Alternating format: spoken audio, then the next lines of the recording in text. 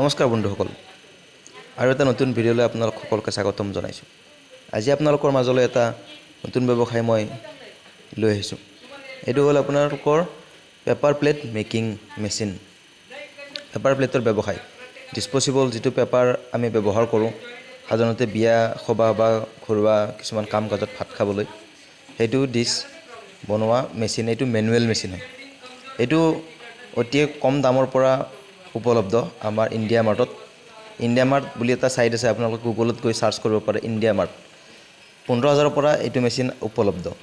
লগতে এইটো manual machine, semi automatic মেচিনো পাব। যদিহে কাৰোবাৰ বাজেট তেনে সীমিত, তেনেহ'লে আপোনালোকে যদি ব্যৱসায় আৰম্ভ কৰিব খোজে এই ডিছপ'চিবল পেপাৰ প্লেটটোৰ, তেতিয়াহ'লে আপুনি এনেকুৱা মেচিন এটা লৈ আৰম্ভ কৰিব পাৰে। এইটো চলাবলৈ তেনে সহজ, আৰু ইয়াৰ কোনো